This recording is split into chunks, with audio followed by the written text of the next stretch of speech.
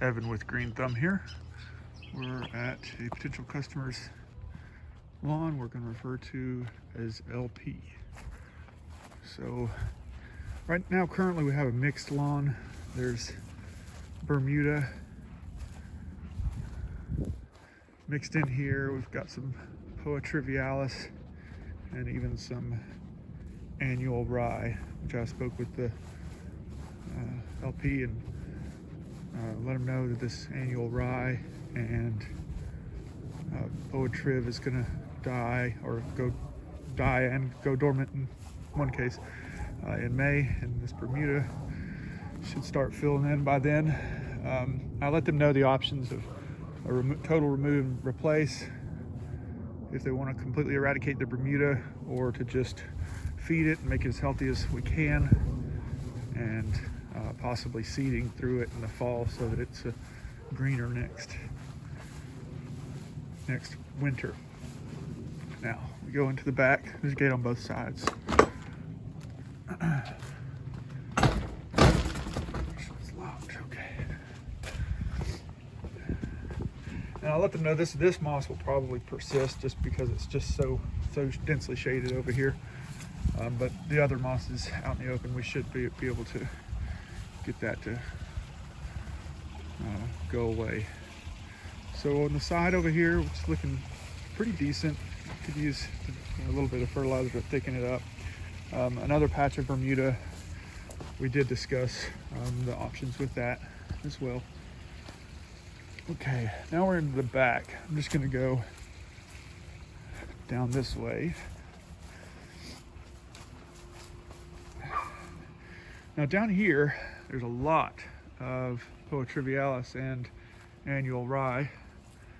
He said basically from about this tree down, when they get real heavy rains, this area will flood, and then from about here down, it'll flood more often.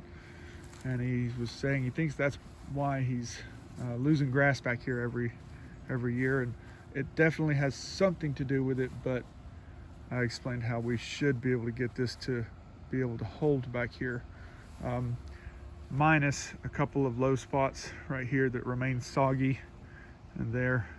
And we discussed bringing in some topsoil late in the summer, right before we're ready to come in and seed, so that we can get the seed to germinate and establish roots and hold it together before we have another creek rising. All right, so I did explain to them how this back here is probably gonna look worse before it gets better, just because of the lack of tall fescue down in this low area. Once this winter grasses, once they all go dormant, we're just not gonna have much left here. But just the time of year that we're at, that's pretty much our only option, is just waiting for the fall so we can come through and seed a lot of it, or all this down here, seed it all with our slit seeders. And then we come into the interior of the back lawn. It's pretty well established, pretty good grass, but it's just not even. He just wants it to get even, and I understand that.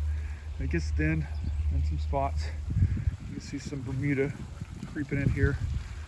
They do want to do something about this thick Bermuda patch, but I don't think they're looking to do a full eradication, but maybe just eradicate it from this area, bring in some tall fescue, and try to establish that there, and maybe here as well. So those patches are just due to Bermuda. Now there are two areas of concern that is probably due to soil conditions. Let's get over here and look at those. And you can see where they've brought sod in. It's the mesh, and it's just not taking.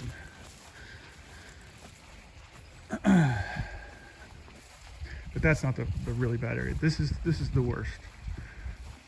We're definitely having a water moisture problem here, because we've got that black moldy stuff that tends to grow in areas like that. And you can see it's starting to establish here and here. And I would have to see this when the weather conditions are dry to see if this is still wet.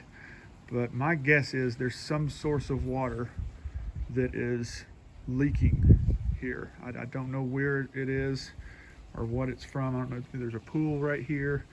Could be plumbing running underneath the ground for the house. I wouldn't think it was a spring, but it could be. We've got a ridge not too far away, and that tends to push up little wet weather springs. Water drains into that hillside up there, and it just gets pushed out of the ground in the valley. So that could be it. So this may not be fixable as far as getting the water to stop coming in here.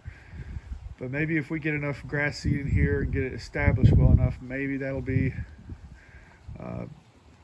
sucked up by the grass and try to dry out this soil a little bit more. But I did pull a core sample from there, so I put that in the bag and then pulled it from the other bad areas just to try to figure out what's going on. I'm hoping that maybe there's a pH problem that's kind of stunting the grass, and then you throw in these other conditions and maybe that's why it's not taken there. They said they've sodded that multiple times and it dies. This as well, and this area here. Now this is probably I'd say 50 to 75% of the reason this is dying is traffic, because you can see it goes directly to the cans.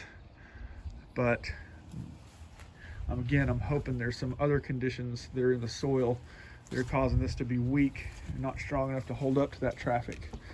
And hopefully we'll be able to address that so it can actually last there. But they said they sodded that multiple times and they've lost it multiple times. The side is just the same. Oh, there's one other spot that he said that he loses, and it happens every year. Now this isn't near as bad of a problem. As you can see, about half of the grass is holding on right here. So hopefully with soil corrections and a proper seeding, that this will fill in and won't be a persistent problem. But the majority of the lawn, I don't see any reason why we can't get it to be healthy and look more uniform than this, which is what is desired by the customer. So we'll do our best to get there. And like I said, there's going to be some parts of it that get worse before it gets better, but also there will be some improvements that get better immediately. So that's the scope of the project. Evan with Green Thumb out.